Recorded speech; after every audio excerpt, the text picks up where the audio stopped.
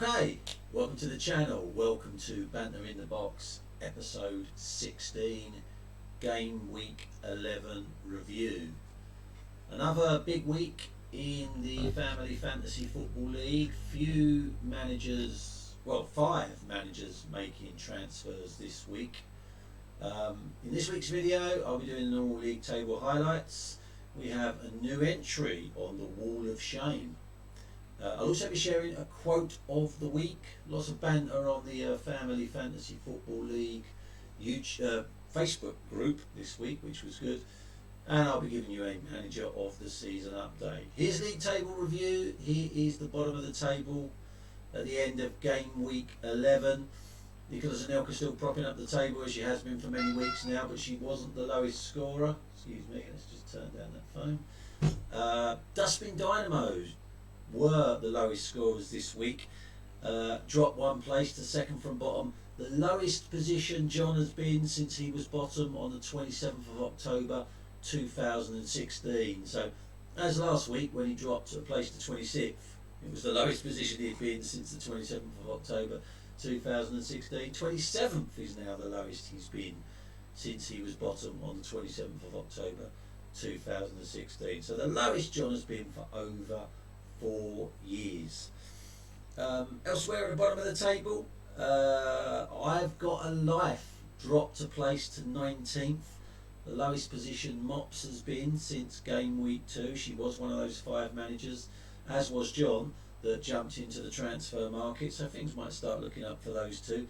In 18th place, dropping 2 places, Napoli, the lowest position that Lee has been since he was 20th back on the 5th of December 2019. Just over a year since Napoli has been that low. At this rate, he'll be joining his dad in a relegation dogfight.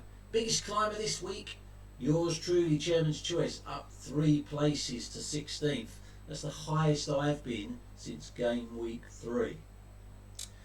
At the top, not a huge amount of changes happened at the top of the table. In 10th place, Benny United dropped 2 places, the lowest Benny has been since game week 6. And in 9th place, Thames Ironworks FC climbed a place. That was a personal highest weekly total of the season for Darren, 69 weekly points, coincidentally his favourite number, and it was the highest that Darren has been since game week 4. But there were no changes in the top 7 positions, and Greece Lightning recorded a 7th weekly win of the season. 7 weekly wins in 11 game weeks. Just to put that into context, that's already the second highest number of weekly wins in a season that anyone's achieved. The record is 8 weekly wins.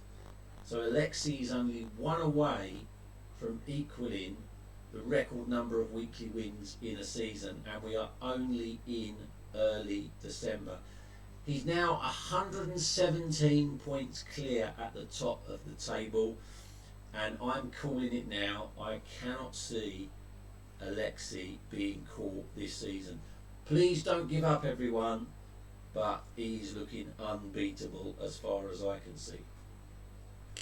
Wall of Shame, we already have seen Benny United, I've Got a Life, Jordan Williams, Sashamas FC's Wayne Robinson, the Appalachian United, Clockhouse Rangers, and Coldplay United on the Wall of Shame, and they were all joined this week by the latest loser, John Tustin's Dustbin Dynamos. John attempted to make a transfer earlier on in the week, and he tried to pick a player that somebody else already had, and this should actually be a double entry on the Wall of Shame, because John came back a couple of days later to try and rectify his mistake, and this time John picked a player that would have meant he had 2 players from a club that were not his nominated club, and he wasn't playing any sort of wild card. In fact, what am I talking about? There isn't a tactical gambit that allows you to do that anyway. So no, yeah, he. I mean, on the first one, when he picked a player that somebody else already had, he wasn't playing a tactical gambit that allowed him to do that. And the second time he had to go, it just meant his team was illegal because he would have had two players from the same club. So two invalid transfers from John, but the good news is, John, it only gives you one entry on the wall of shame. Thankfully, John came back. Third time was a charm, and he did manage to successfully make a valid transfer. So there is the current wall of shame for this season. I don't think we've ever had so many managers appear on the wall of shame in a single season. But there you go. Quote of the week. Now, those of you that watched last week will have seen my launching of the Save Mark, Don't Let Tetley Win campaign, the third Save Mark campaign that we've ran. And after I posted episode 16 onto the Facebook group, lots of managers reached out to get behind the Save Mark, Don't Let Tetley Win. If you don't know what it's all about, go back and watch episode 15. But the quote of the week came from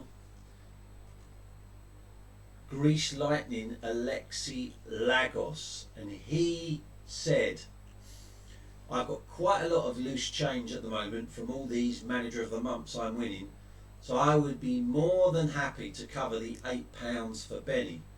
I can't see him getting any prize money this season. Oh, that's harsh. And part of my Christmas spirit is to help those less fortunate. Wow. Well, I thought that was brilliant. So that earns Alexi a manager of the season point. Talking of manager of the season points, last week's Who the fuck is that question, which was a rollover, so it was worth 2 manager of the season points, and only 2 managers had a go this week. Benny United Mark Benwell thought that that was a picture of Gobi Desert Canoe Club manager Pops Hoxby, and Hatch United manager Neil Hatch thought that that was a picture of Sashamas FC manager Wayne Robinson. I can reveal both of those answers were incorrect. So no manager of the season points scored there. So with Alexi being the only point scorer this week, that's the latest manager of the season table. And Neil Hatch is still 2 points clear out in front at the top of the manager of the season table. Remember, the manager of the season gets a free tactical gambit to use next season. Talking of tactical gambits, great use of a tactical gambit this week by great Uncle George, the third manager to make a tactical gambit this season. George paid £5 million of his transfer budget so that he could transfer in Kurt Zuma, even though he had already been selected by another manager. Nice work, George. So, as no one got the who the fuck is that question, I'm rolling it over for a third week, and it will now be worth 3 manager of the season points. Very simple.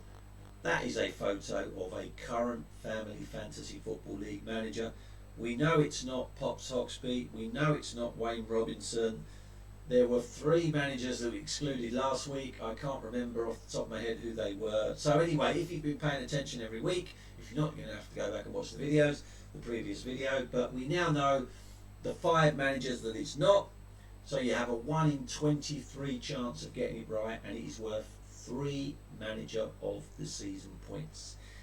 Next week will be a slightly longer video because we will have the climax of the group stage of the Family Fantasy Football League. It was postponed last weekend due to Newcastle United versus Aston Villa's game being called off because of COVID. As things stand, this weekend is set to be a full Premier League fixture weekend, no postponements yet, so that means as it's the first full Premier League fixture weekend in December, the final round of group games in the first round of the Family Fantasy Football League Cup will take place. So next week I will be revealing which 16 managers, 16, is that right? Yeah, which 16 managers have progressed to the second round of the FFFL Cup. But until then, guys, keep safe, have a good week.